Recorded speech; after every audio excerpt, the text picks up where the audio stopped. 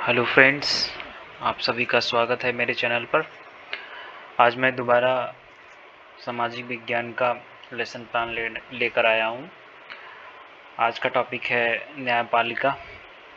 शिक्षण बिंदु है न्यायपालिका परिचय, संतोष न्यायपालिका और अंतर न्यायपालिका। सामाजिक उद्देश्य सेम वही, सामान्य जो उद्देश्य होते हैं सेम वही चीज़ लिखना है जैसे पहले मैंने लेसन प्लान में बताया।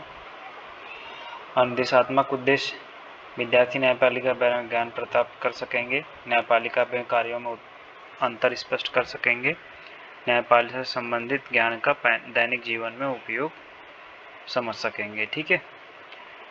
पूर्व ज्ञान में छात्रों को न्यायपालिका के विषय में सामान्य जानकारी होती है और सहायक सामग्री में श्यामपट्ट, डस्टर, चौक, पोस्टर आदि। ठीक है। उसके बाद हम आते हैं सेकंड पेज पर, जहाँ से हम प्रश्न को की शुरुआत करते हैं। तो टीचिंग ऑब्जेक्टिव में आपको ये लिखना है, उसके बाद ये क्वेश्चंस पुटअप करने हैं पीपल टीचर एक्टिविटीज़ में। ठीक है। उसके बाद हम आते हैं स्टेटमेंट ऑफ एम, जिसमें हम उद्देश्य कथन को लिखते हैं, फिर आपको ये लिखना है। और टीचिंग ऑब्जेक्टिव्स में आपको ये लिखना है, शिक्षण उद्देश्य में छात्र प्रकरण से अवगत होते हैं। फिर उसके बाद डेवलपमेंटरी क्वेश्चंस, जिसको हम विकासात्मक प्रश्न बोलते हैं, 2 से 3 क्वेश्चंस यहाँ पे आपको पुटअप करने हैं। और शिक्षण उद्देश्य में आपको लिखना, छात्र प्रत्यास्मरण व चिंतन क्षमता का विकास करता है। और जो टीचिंग पॉइंट है न्यायपालिका परिचय। ठीक है। स्पष्टीकरण देते हैं हम उसके न्यायपालिका के बारे में, संविधान का एक अभिन्न अंग होता है। ठीक है। ऐसे सारी चीज़ें आपको लिखनी है। रक्षा करता है, साथ साथ संविधान की भी रक्षा करती है, जिस पर जनतंत्र के 3 प्रमुख अंगों में से एक अंग न्यायपालिका होती है। भारत की स्वतंत्र न्यायपालिका का शीर्ष सर्वोच्च न्यायालय है, जिसका प्रधान न्यायाधीश होता है। ठीक है। और इसमें जो शिक्षण उद्देश्य में लिखा जाएगा, छात्रों को न्यायपालिका के विषय में, ये विषय गलत लिखा है यहाँ पे, ये वाला सा रहेगा, सामान्य ज्ञान देना। ठीक है। अब आते हैं हम नेक्स्ट पेज पे। सबसे पहले तो हमने जो यहाँ पे क्वेश्चन पुटअप किया, भारत देश के सभी विषय कानून कहाँ लिखे होते हैं और भारतीय संविधान में नागरिकों के अधिकार कहाँ लिखे होते हैं। तो भारतीय संविधान में, और जो मौलिक अधिकार होता है वो मौलिक अधिकार में। ठीक है। और जब मौलिक अधिकारों का उल्लंघन होता है तो हम किसकी सहायता लेते हैं? न्यायालय की सहायता लेते हैं। ठीक है। विधि कौन सी है? प्रश्नोत्तर विधि। ठीक, ऐसे डेवलपमेंटरी क्वेश्चंस के हमने आंसर दिए। ठीक है। और जो स्पष्टीकरण दिया उसका क्या, छात्र ध्यानपूर्वक सुनते हैं। उसके बाद हमने क्या किया, यहाँ पर चार्ट पेपर बनाया और उसको पेस्ट किया। ठीक है। सबसे ऊपर का न्यायपालिका, सर्वोच्च उच्च न्यायालय, फिर डिस्ट्रिक्ट लेवल के होते हैं न्यायालय। ठीक है। अब आते हैं स्पष्टीकरण को ही आगे बढ़ा रहे हैं, जो स्पष्टीकरण में हम एक्सप्लेन कर रहे थे। ठीक है। इसको आपको आगे लिखना है। भारत में 25 उच्च न्यायालय हैं, जिसमें अधिकतम उत्तर सर्वोच्च न्यायालय की अपेक्षा सीमित होती है। न्यायपालिका व्यवस्थापिका के परस्पर भेद, मतभेद या विवाद का सुलह राष्ट्रपति करता है। अब आते हैं हम एक्टिविटी पे, क्रियाकलाप पे। क्रियाकलाप में हम क्वेश्चन से चालू करते हैं। इसमें विकासात्मक डेवलपमेंटरी क्वेश्चंस पुटअप करते हैं। आप देख ही रहे हैं यहाँ पे ये रहे क्वेश्चंस। ठीक है। और शिक्षण उद्देश्य में हम क्या लिखते हैं, छात्र प्रत्यास्मरण व चिंतन क्षमता का विकास करता है। और जो टॉपिक है सर्वोच्च न्यायालय, उसके बाद हम सर्वोच्च न्यायालय के बारे में स्पष्टीकरण देते हैं, एक्सप्लेनेशन देते हैं। ये रहा, संविधान के भाग व 5 अध्याय 4 के तहत स्थापित किया गया है।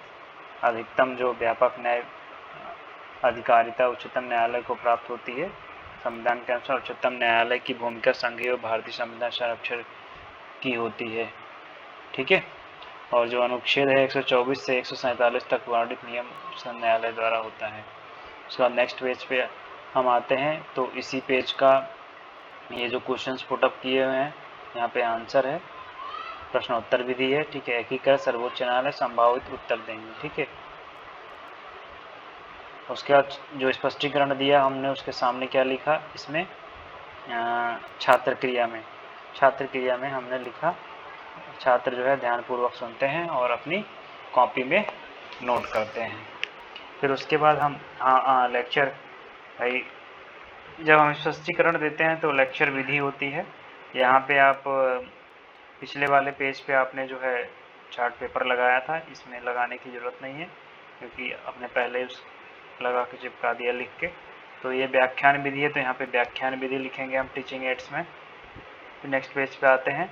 यही चीज़ हमने जो ये सर्वोच्च न्यायालय के बारे में स्पष्टीकरण दे रहे थे उसी को हम आगे लिखेंगे। ये नेक्स्ट पेज पे ये रहा, क्षेत्र नींव है सर्वोच्च न्यायालय देश व सबसे बड़ा अपीलीय न्यायालय है। ठीक है, सर्वोच्च न्यायालय का संगठन कैसा है और इसमें शिक्षण उद्देश्य में क्या, छात्रों को सर्वोच्च न्यायालय के बारे में ज्ञान देना। फिर हम इसके पॉइंट लिखेंगे। ठीक है, मूल रूप से सर्वोच्च न्यायालय इन सब चीज न्यायाधीशों की नियुक्तियाँ कैसे होती हैं वो। ठीक है, ये उसके बाद हम क्रियाकलाप 2 आते हैं। भारत के 10 सर्वोच्च न्यायालय न्यायाधीशों के नाम लिखिए। उसके बाद हम डेवलपमेंट्री क्वेश्चंस पे आते हैं, विकासात्मक क्वेश्चंस। ये हमने पुटअप किया यहाँ पे। न्यायालयों की स्थापना हुई है। एक उच्च न्यायालय कम से कम राज्यों का कार्यभार ले सकता है। ठीक है, और ये वही सेम चीज़, छात्र प्रत्यास्मरण व चिंतन क्षमता का विकास करता है। टीचिंग पॉइंट से हम उच्च न्यायालय,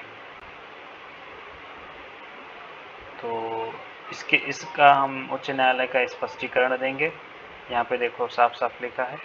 अब इस पेज के जो क्वेश्चंस हैं वो उसके सामने वाले छात्र क्रिया में और टीचिंग एड्स में हम उसके बारे में लिखते हैं। छात्र ध्यानपूर्वक सुनते हैं और उसके साथ साथ महत्वपूर्ण तथ्यों को अपनी अभ्यास पुस्तिका में लिखते हैं। ठीक है, प्रश्नोत्तर विधि उसमें भी है। अब उसके आंसर लिखे हमने 214 कम से कम 225 उसका आंसर होगा। उसके बाद उसी उच्च न्यायालय को हमने आगे बढ़ाया, एक्सप्लेन किया। तो ये 7-8 लाइन यहाँ तक है। न्यायाधीश की नियुक्ति कैसे होती है उसके बारे में बताया गया है यहाँ पे। ठीक है, और ये चीज़ आपको लिखना है शिक्षण वाले उसमें बॉक्स में, ये शिक्षण उद्देश्य में। ठीक है, उसके बाद हम आते हैं समीक्षात्मक रिव्यू क्वेश्चंस जो होता है समीक्षात्मक मूल्यांकन। इसमें हम जो है 5-6 क्वेश्चन पुटअप करेंगे। ठीक है, यहाँ पे 3 क्वेश्चन ही पुटअप हुआ है, तो आप एटलीस्ट 5 क्वेश्चन पुटअप करिए यहाँ पे। तो ये क्वेश्चंस आपको लिखने हैं। उसके बाद हम गृहकार देंगे, ये रहा गृहकार। ठीक है, और इसमें क्या लिखेंगे शिक्षण उद्देश्य में,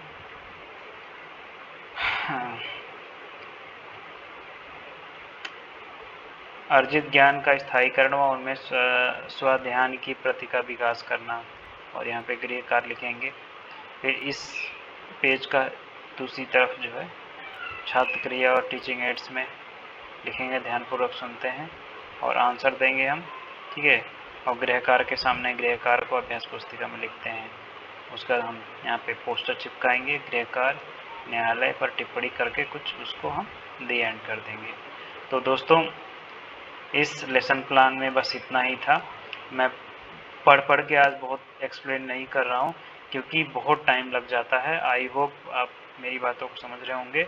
लोग देखते नहीं हैं 20-22 मिनट की वीडियो को, तो मैं 6 से 7 मिनट में ही इस वीडियो को बना दिया है मैंने। ठीक है, और ये सब दिख ही रहा है तो आप इसमें से देख सकते हैं। Thank you guys, thank you so much. Please like और subscribe my channel. Thank you.